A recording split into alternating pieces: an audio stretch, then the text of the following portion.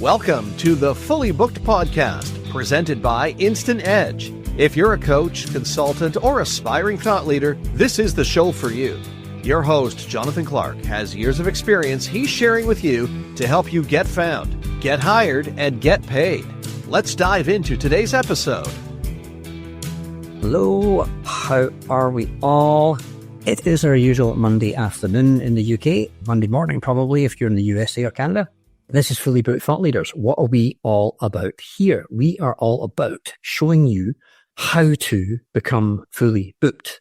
If you are an aspiring thought leader, which means you're a coach, a consultant, an author, a therapist, a trainer, a speaker, you have a message that you want to impart to the world, you want to build a following, preferably a global following, and you want to get paid handsomely for your efforts in helping people to finance the lifestyle that you want to live, then what we do here is we show you how to market and promote your business in a way that people will actually want to do business with you. And also to quickly and easily turn your knowledge and lived experience into multiple streams of income. So you're not necessarily going from one client to the next client to the next client. You could be writing books. You could be creating online courses. You could be running seminars, retreats, and workshops, either virtual or live. You could be selling coaching programs into companies or working with groups and individuals. There are many, many ways to do that. I've been a coaching consultant and speaker and author for 27 years now, and I keep meeting people just like me who are world class at what they do, but they're just not so good at promoting themselves. I now lead a community of about 1,060 coaches and consultants, authors, expert speakers, where I show them how to get found, get hired, and get paid. That's what this is all about. We believe that knowledge is power and income is freedom. And that's what we're here to talk about today. To talk about specifically making sure that your marketing matches who it is you're trying to reach. So often I see what I call vanilla marketing. The message is the same bland thing that trainers taught them to say, or they're using the same kind of language that everybody uses, which is usually very, very vague and very, very abstract. So one of the things that I hear all the time, and I see it all the time because I'm into marketing, because I'm into psychology, is that all human behavior is the drive behind human beings on this planet. Ultimately, if you chunk up high enough, comes to two things. Two things are what we're all here and driven by unconsciously, neurologically, prehistorically. It's hardwired into our prehistoric brain. Survival and replication. All human beings are continually striving to survive and continue their bloodline and make sure that their DNA goes into the gene pool and is reproduced. Now, I did write a blog post about this a long, long time ago. I am working on a relationship seminar with a good friend of mine where we'll be talking about this in vast detail. But what that boils down to in the world of consumerism, in the world of business, is four key specific areas that people tend to spend time, energy, and money on.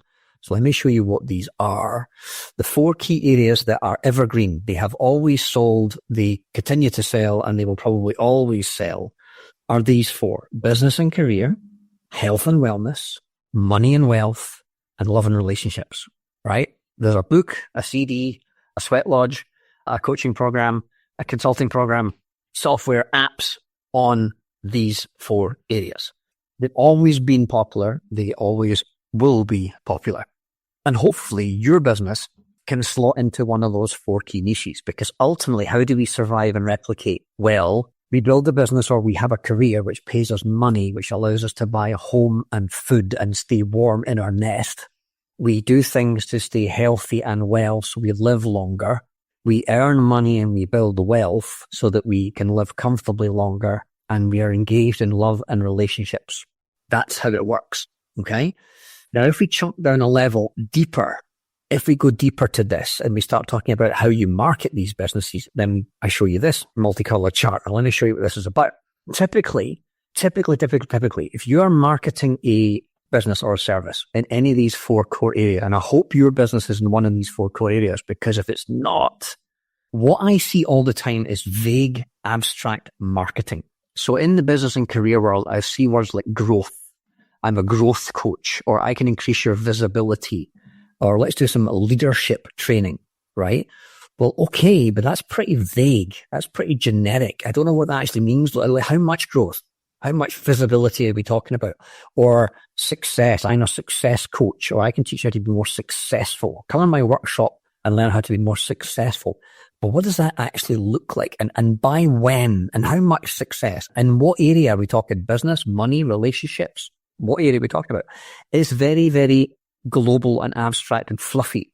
And because of that, because it's not very specific, it's harder to sell. People will find it harder to buy something if they're not really sure what they're buying. Surely that makes sense, right? If I don't know what it is I'm getting, I'm going to be really hesitant about buying it. Now, in the health and wellness world, you'll get stuff like, come to my health seminar, or spend 5 days at my wellness retreat, or I can increase your chi.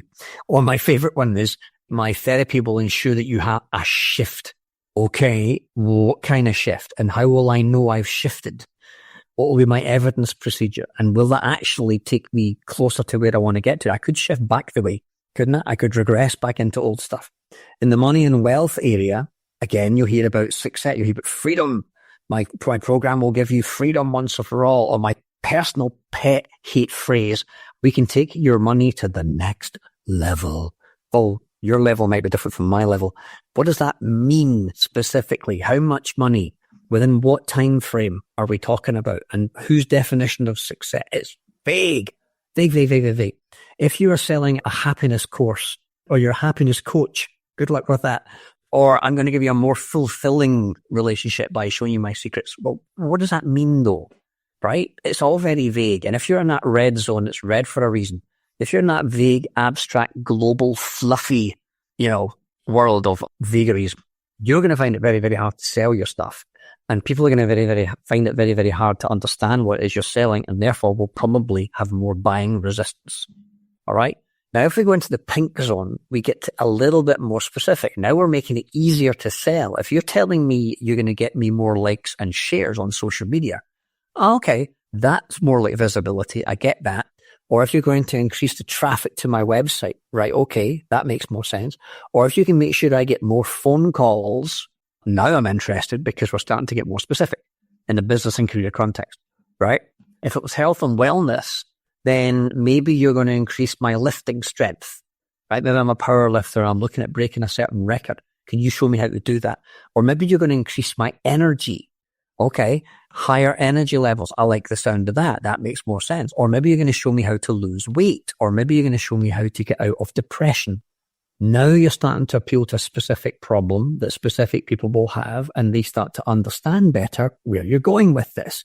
It's not that you're going to give me a shift. It's that you're going to get me out of depression. That's interesting, and that's more easier to sell and easier to buy.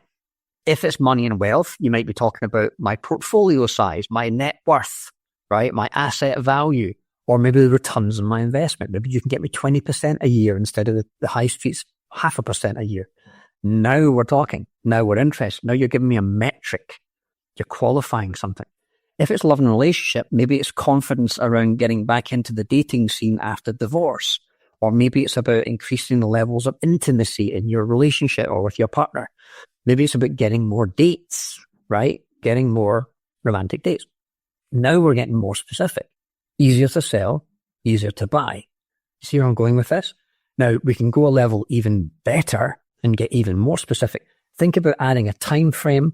Think about talking about a specific problem. Think about giving me a specific measurable metric. People want measurable, tangible results. So if it was business and career, let's say you could make my quarterly revenue into my monthly revenue. Ooh, that's interesting.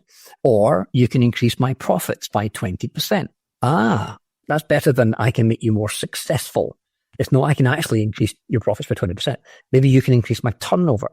Maybe you can increase my annual salary. Maybe you can double the number of leads that I get in a week or a month. Okay, now we're talking something valuable, understandable, appealing, sexy, and interested. Okay?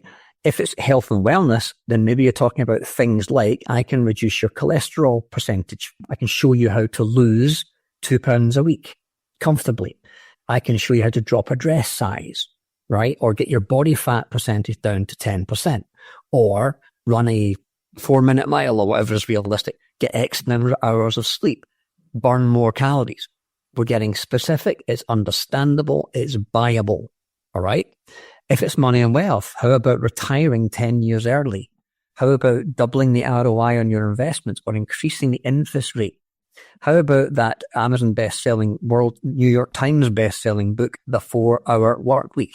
Very specific. Who would like a 4-hour work week? Everybody, right? If it's love and relationships, it might be more or better orgasms. It might be getting a date. It might be finding your soulmate. It might be saving your marriage. Okay? If you're in the green zone, you're doing a number of things. You're talking about a specific problem. You're giving me a time frame, or you're giving me a measurable metric. That's easier to sell and it's easier to buy. It's more understandable and it's more desirable. Does that make sense? Now, this is what I wanted to talk about today in the second part of our series on how to build a lucrative, profitable, successful, profitable business. If we could talk about you doubling the number of clients you get in the next 30 days, would that be something of interest to you? Probably. So that's where we're going. Now, we're talking about the world of target marketing today. We're talking about marketing with a message that matches who it is you are trying to reach. You cannot market to everyone with a pulse because not everyone with a pulse wants what you've got. Okay? Not everybody wants to lose weight. Not everybody is interested in retiring earlier. Not everybody wants more visibility. So if you're going about using that kind of language, then you're being very, very vague. I see all the time at networking events. I want to talk to anybody who. No, you don't. No, you don't. You're making it really difficult. So if someone tried to communicate with you, here's an analogy. If someone tried to communicate with you in Latin and you only spoke English, would the two of you be able to communicate very well? Probably not. We could probably go further to say, most likely you wouldn't understand a word that they were saying and you probably wouldn't be able to communicate with them at all, right? Why is that? Because the two of you are speaking entirely different languages, right?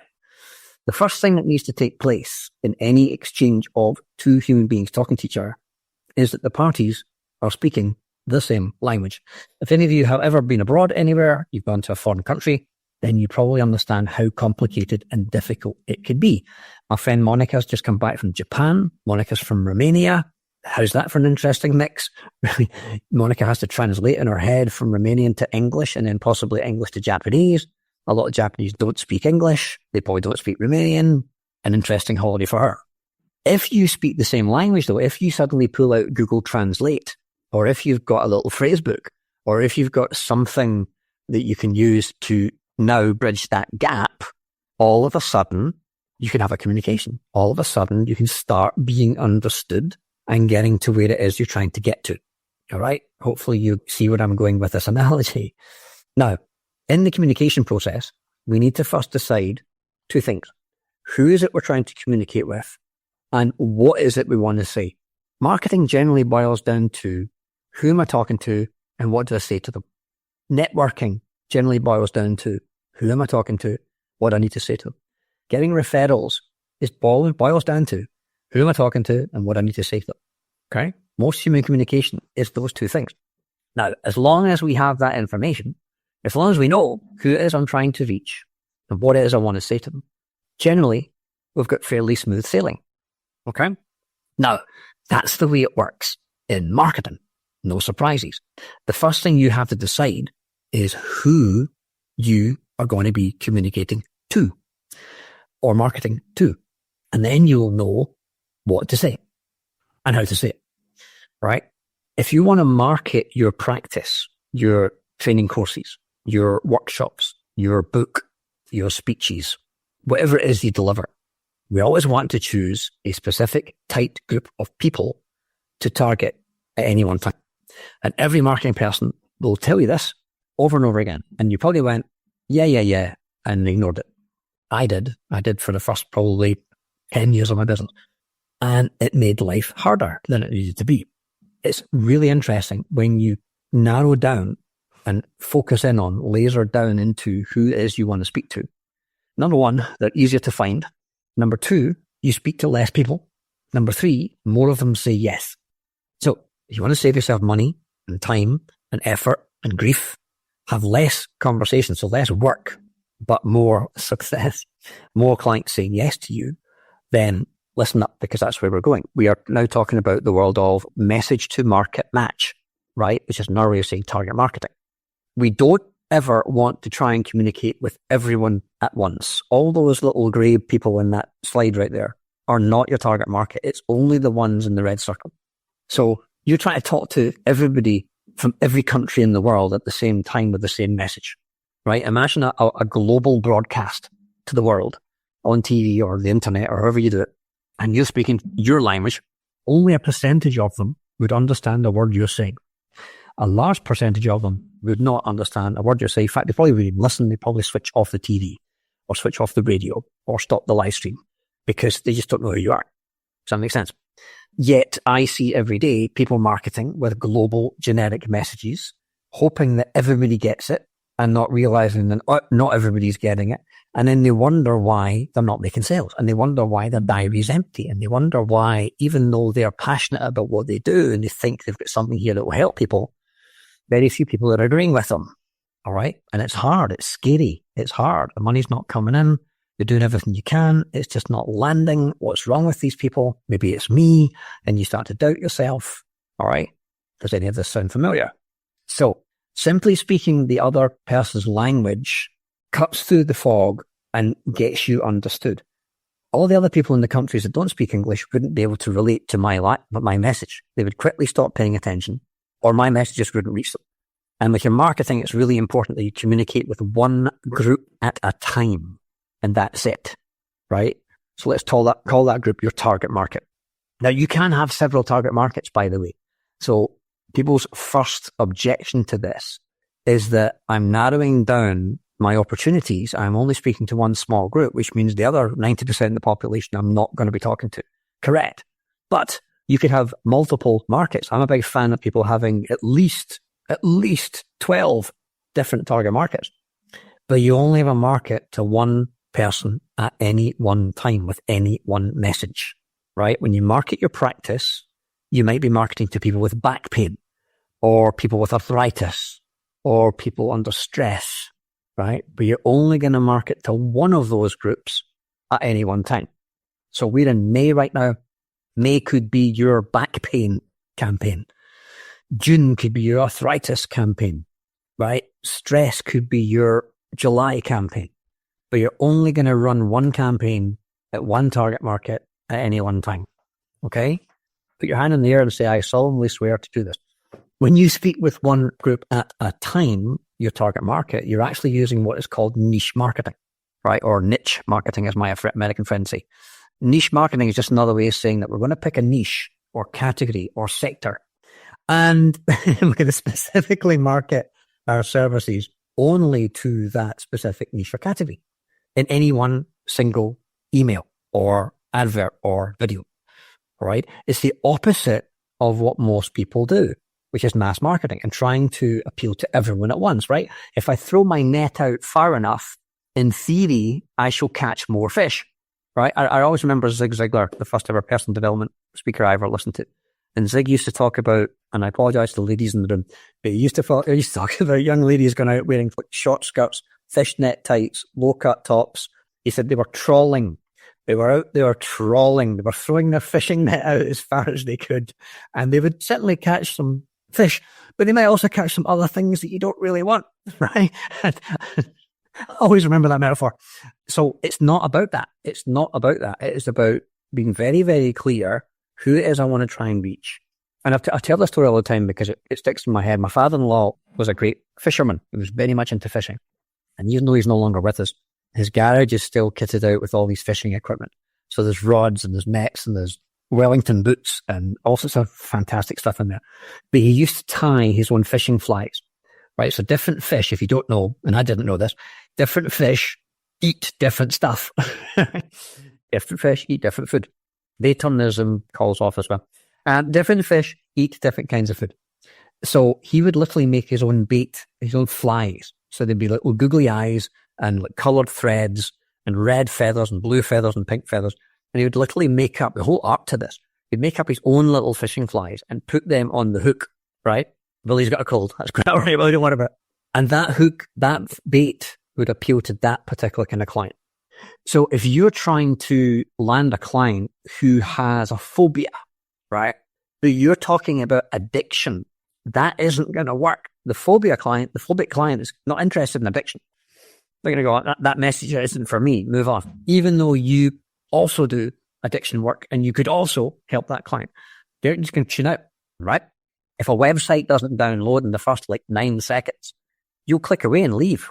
It has to get your attention. When you're scrolling through Facebook or Instagram or any other of the endless toilet rolls on social media, and if something goes past, if it doesn't grab your attention in that first sentence, a lot of videos. I saw a girl that I follow on Instagram who's extremely good at viral videos.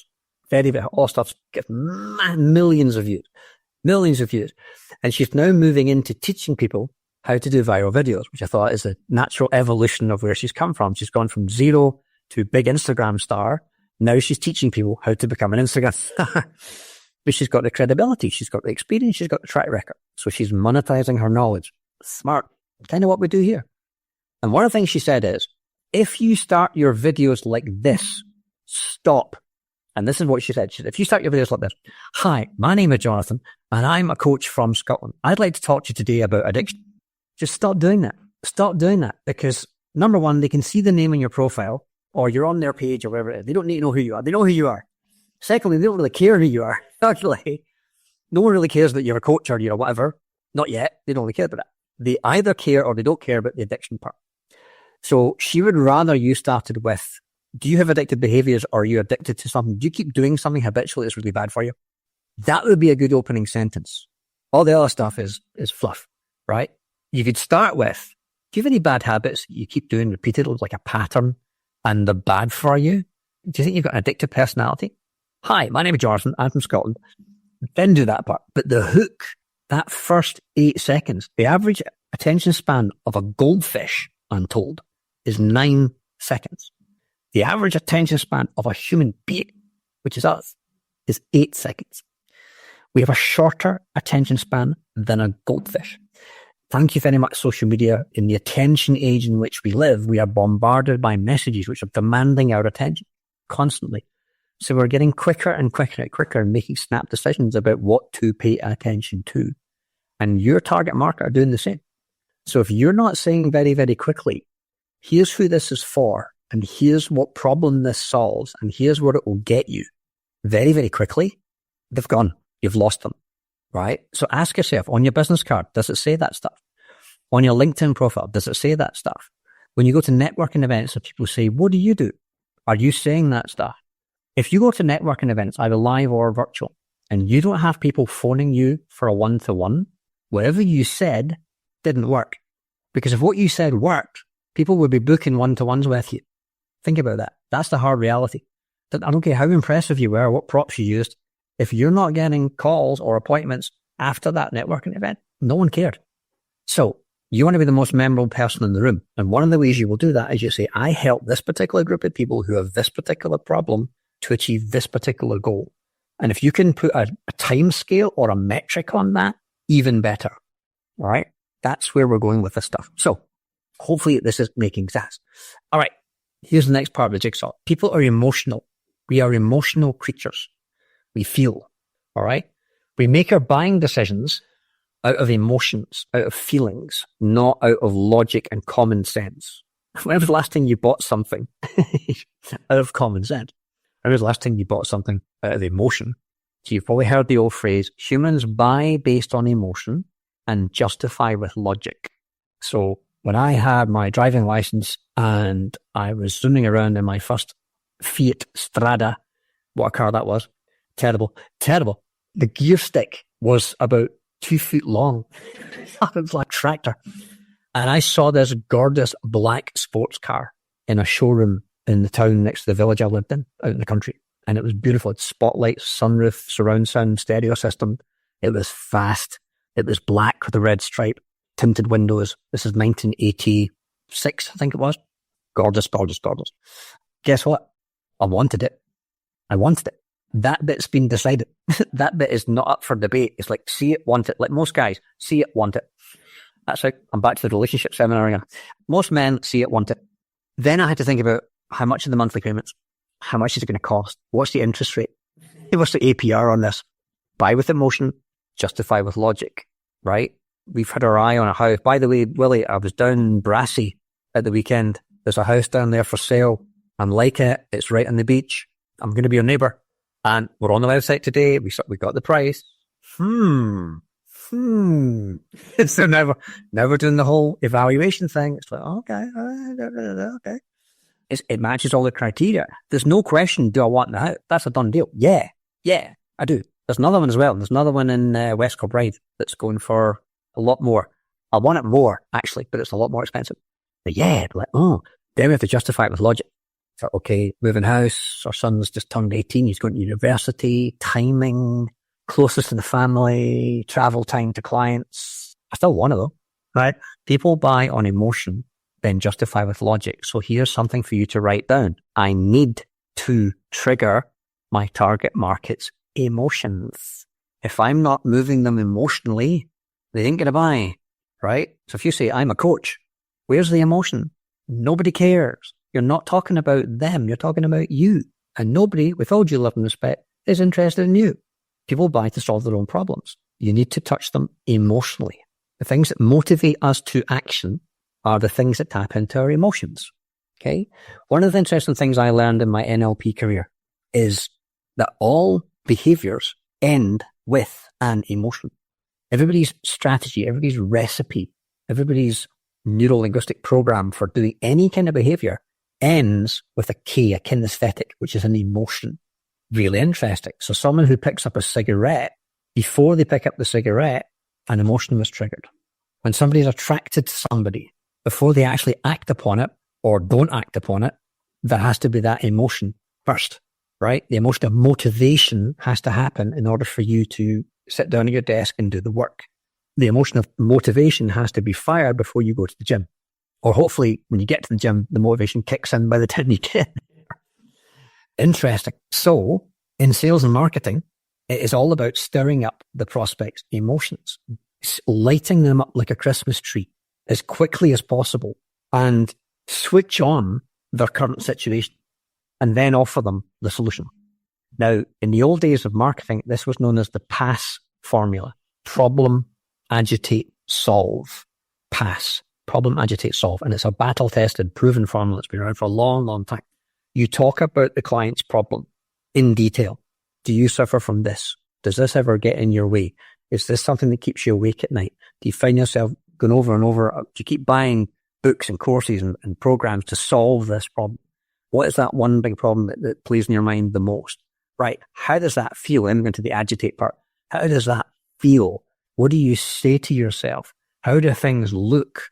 When people mention it, do you cringe? How much money have you spent on trying to fix it? How scared are you? Or how frustrated are you? That's the agitate part, rubbing salt in the wound. Then you go, solution. I can help you with it. Now you know that formula. I want you to start watching videos on YouTube, TV ads, infomercials. Watch how this is used every single day in most forms of mass media advertising. Problem, agitate, solve. It works. Without any emotion, there will be no sale. Unless you're talking to the 10% of the population who just go purely by logic and numbers and just go, that's a very effective and efficient solution. How much is it? I'll buy it. They're very rare. They're very, very rare. If there's no emotion, your marketing is boring. It lacks inspiration and it will work. It'll be what's known as tombstone advertising. Here lies Joe McDuff, plumber extraordinaire, family business, been around for 2 centuries. If you ever have a drip, give us a call. Nobody cares. Oh, logo, big colourful logo that I spent a lot of money on. Nobody cares. Nobody cares.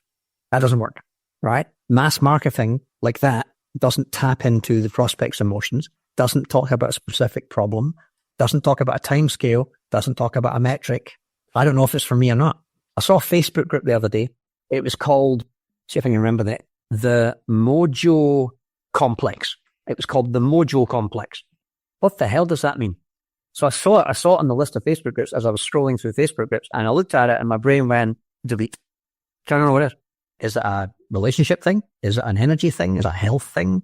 Is it for retirees? Is it for pensioners? Is it for children? I don't know. I don't know what it's for, because the name is vague. You will see companies, hello, Anita.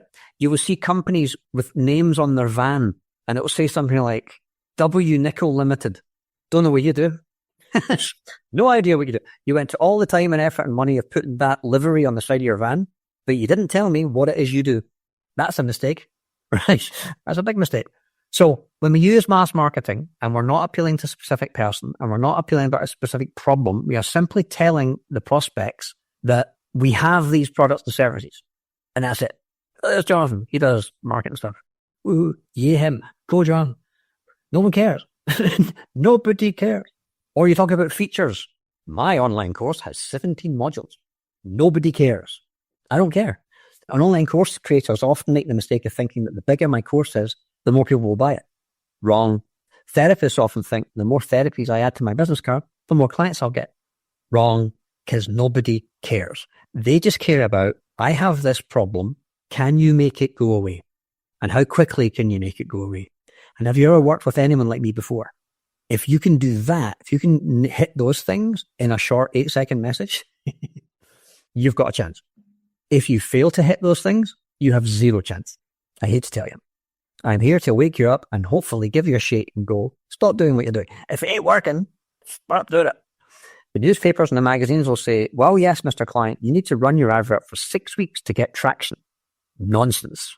Nonsense. If I put a Facebook ad out on Facebook at 3:00 this afternoon, if I'm not seeing clicks by 4:00 this afternoon, it's a crap advert. End of. I don't need to wait. I don't need to give it 6 weeks. If it ain't getting clicks straight away, it's appearing on people's screens, but they're not clicking. Well, it's a crap advert. Simple as that. I need to go back to the drawing board and do it again. Don't talk about features. Don't talk about how many modules are in your course. Don't talk about how long you've been in business necessarily. Don't tell me about features, stats. I take you through a 7-step process. So I saw an advert again. I saw another one. Again, I keep seeing these on social media. Weekend workshop, venue, times, price, limited spaces. Don't know what it is. They neglected to mention what subject the workshop is about and who it's for. So who's going to book it? Why would I give up my weekend to do the work? It's like getting on a plane, and the pilot goes, any idea where we're going?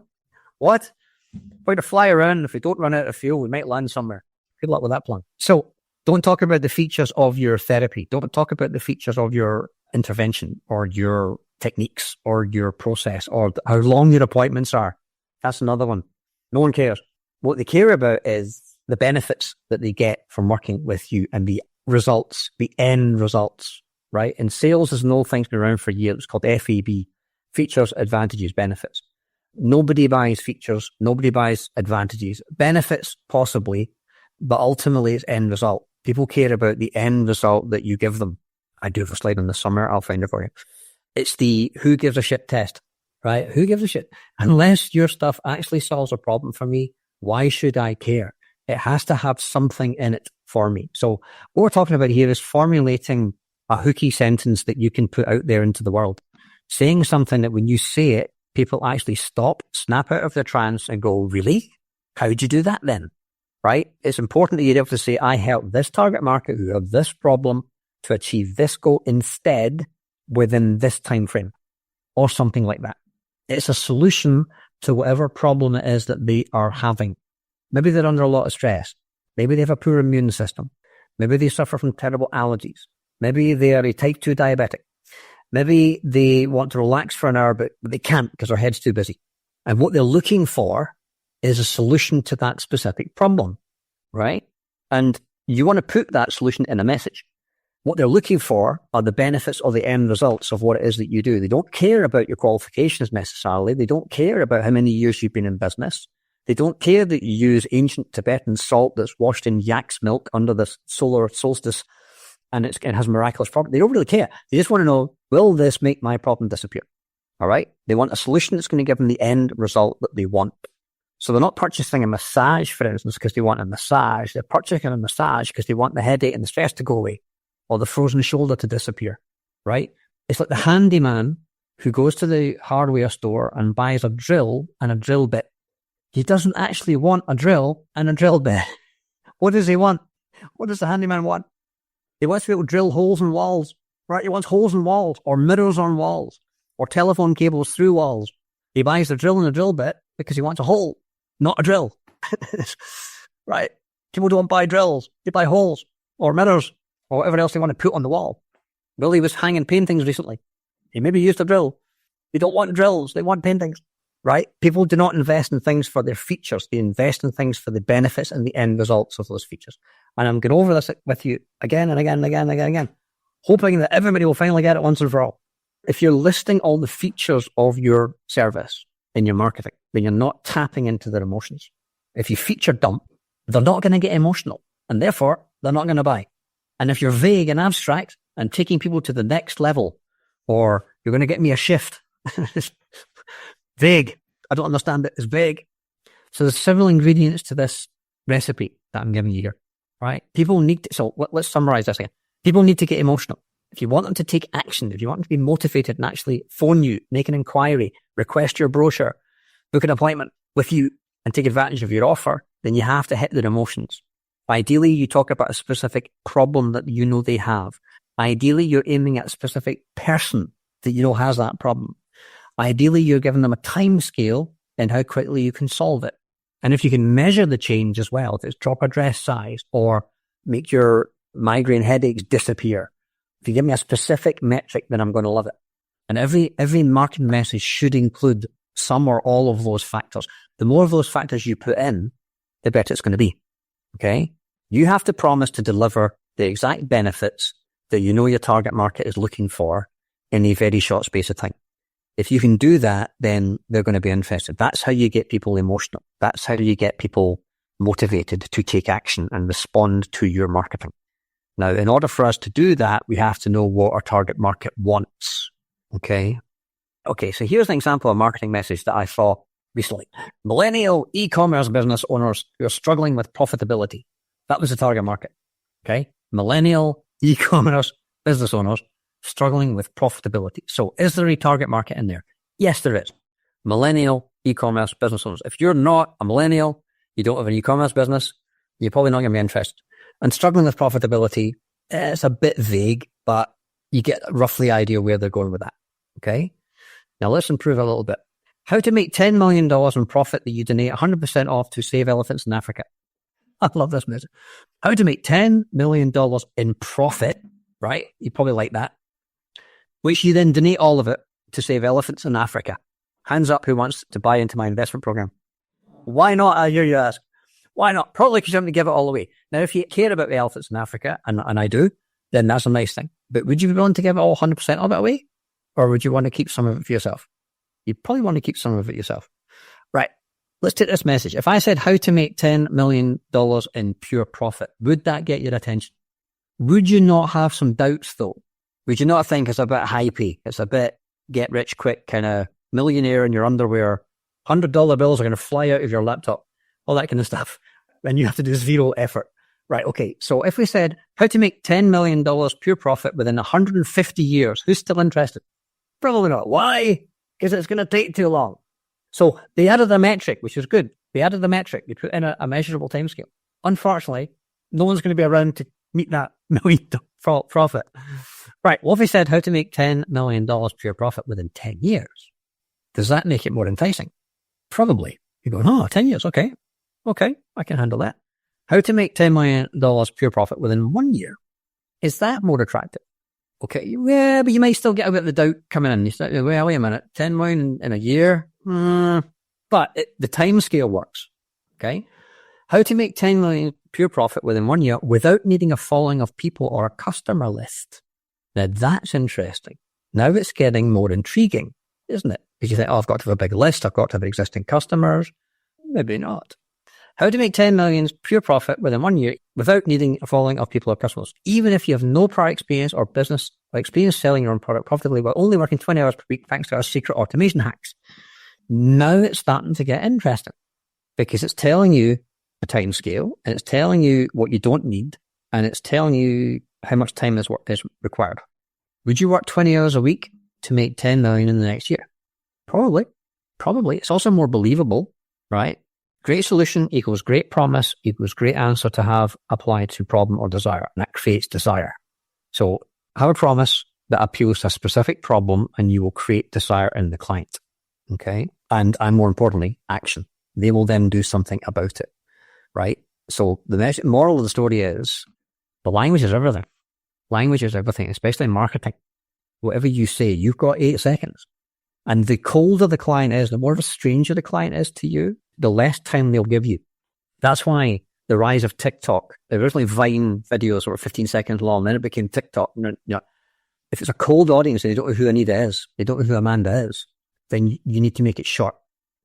Then 30 seconds might buy you a minute, and a minute might buy you 5 minutes.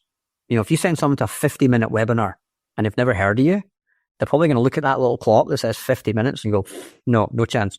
I don't know who you are. But a 50-second video? Maybe. 30-second video? Probably. Right? Once they're in your funnel, you can afford to go longer. Once they've seen you once, hey, it's me again, you've now got a minute. Hey, it's me again, you've maybe now got 5 minutes. That makes sense. The warmer they are to you, or the more they've been exposed to you, the bigger and longer your message can be. But initially, it has to be short. That bait on that hook has to be perfect for that client so that they'll bite and not swim past. Okay? So, mass marketing is not effective, as we said, because you're trying to market your message on a global level to everyone and anyone who might maybe one day, or know somebody who might maybe one day be interested in your services. You can't talk to all of them about what you do, because not all of them are going to care. If you narrow it down to a specific market, at least this month, for the month of June, I'm going to focus on these particular people with this particular problem, and I'm going to offer them a solution. I'm going to target certain emotions that I know they've got. So I'll give you an example, live example happening right now. We've just launched a new service called Instant Discovery Call.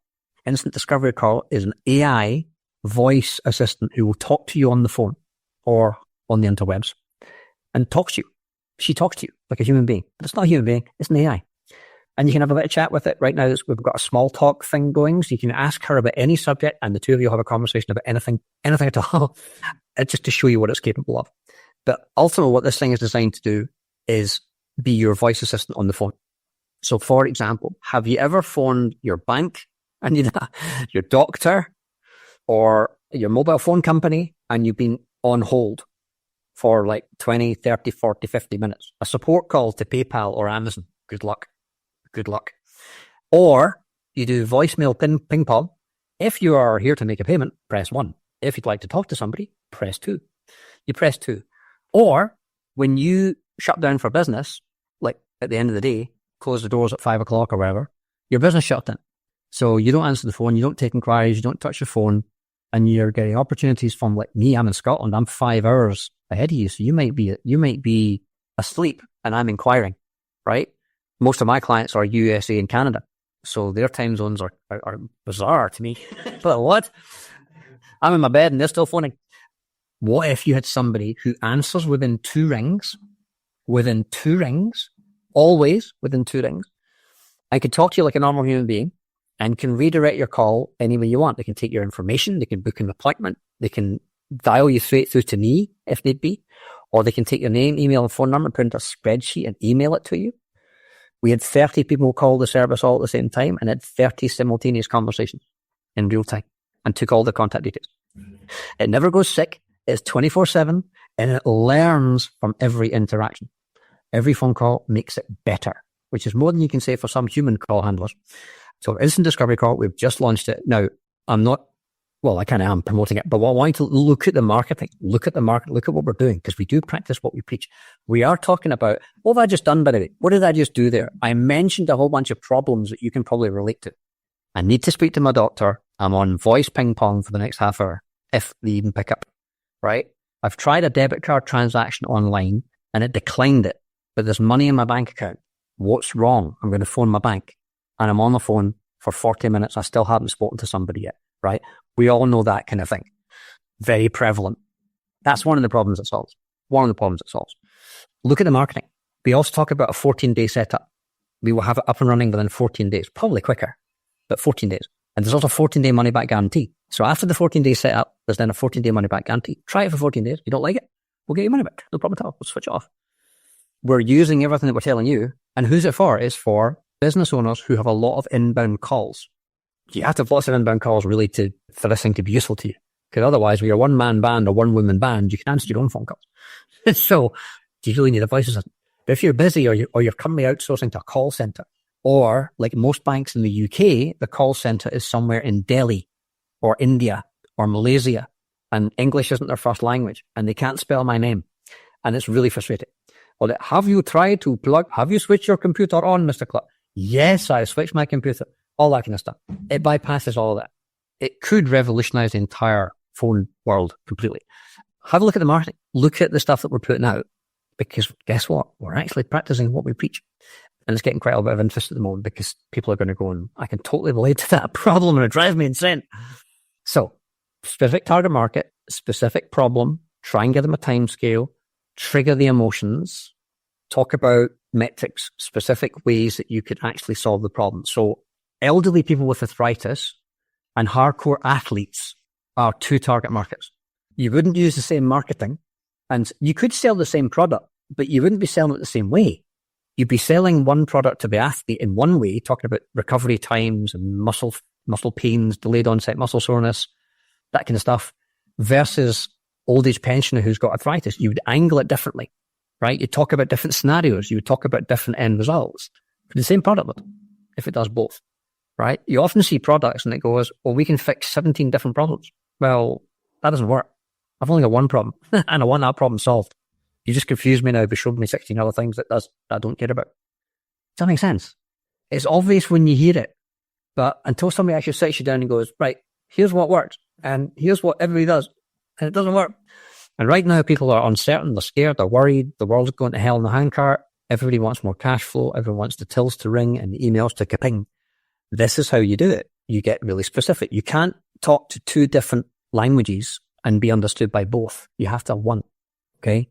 So speak their language, talk about their issues, talk about their problems, and trigger their emotions. And you've at least got their attention. You've now got 30 seconds to prove to me why I should talk to you. Willie wants to talk to me.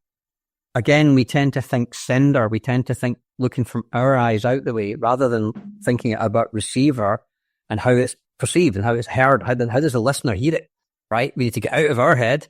In NLP, that's called dissociation. We can flow out of our head and get into the end prospect's head and go, right, what do they need to hear that would appeal to them? Because it's always about them. It's not about you. It's about their problem. People buy solutions to their issues, their problems. Okay. So this is why it's really important to have a target market. You want to know who they are, what their biggest headaches are, what are the pains, challenges, fears, what keeps them awake at night. That's the pain stuff. You also want to know the gain stuff. What are the hopes, desires, aspirations, and dream lifestyle? And you can appeal to both, carrot and stick. You know, you can get rid of this and have this instead in this time scale. This is when we start to get value. You know, Alex Hormozi, if you haven't read Alex Hormozi's book, $100 Million Offers, I would recommend you do, because Hormozi shared a formula in it for the first time. He actually shared the formula of what value actually is. And value is this is what you call the value equation. So it's two things you can increase above the line and two things you can decrease below the line, right? If you can help if you can help the client get their goal, full stop, you're valuable, right? So Anita deals with diabetes. She can show people how to alleviate symptoms and possibly even reverse the diagnosis. That's valuable to someone who's got diabetes and isn't happy with it in and of itself. Okay. That's value. Then we get the likelihood of getting that outcome. Can you increase the chances of them getting that outcome? Now you're more valuable to them. Not only can I show you how to get your goal, I can stack the deck and make it way more likely that you'll get your goal. Now we're interested. Why do people hire a private travel agent? Why do people go to travel agents at all? Number one is to get a nice holiday. And number two is to get an insured holiday. So if there's any issues, they're back up. They've got support. They've got they've got insurance, or they've got some kind of get out of jail card. Those are two things you increase. That's value. To decrease, can you decrease the time? Can you make it quicker? Can you accelerate it?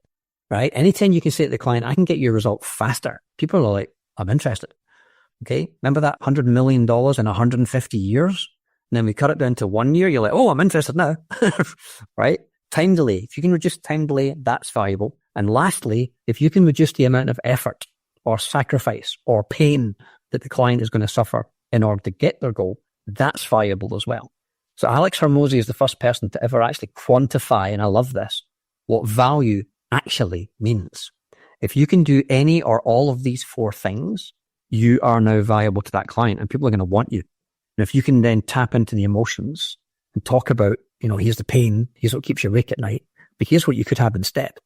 And I can make it quicker for you. And I can make it not necessarily effortless, but I can make it easier. Why has ChatGPT and AI become so popular? Number 1, writer's block has gone. There's no such thing as writer's block anymore. And number 2, it will do stuff for you in a fraction of the time it would have taken you to do it yourself. So it's valuable. And OpenAI made ChatGPT free. And it got a faster take-up than Hotmail ever did. Why? Because it's valuable. Is your stuff valuable? Does your stuff help people get their goal? Does it increase the chance of them getting their goal? Does it help them do it quicker? And does it help them do it with less effort? If it does, any of them, you've got a valuable service. But you have to tap into a specific person who has that problem. You have to talk about their emotions. And if you can quantify it in a time scale or with a metric, you've got a good message. Those are the ingredients of what makes up a good marketing message. Alrighty? So this second episode in this series of how to build a profitable and thriving practice is about making sure that your message matches your market. Now, you can have multiple markets, but you only ever market to one at a time. Okay? I think I've egged the pudding enough today. All right. Have a good week. Get busy. Tidy up your messages. Take care. Bye-bye. Thanks for tuning in to Fully Booked. Got a question for Jonathan or know of someone who'd be a great guest for the show? Email jcalchemy@gmail.com. And remember to leave us a comment, like, and subscribe to the show so you never miss an episode of Fully Booked. We'll catch you next time.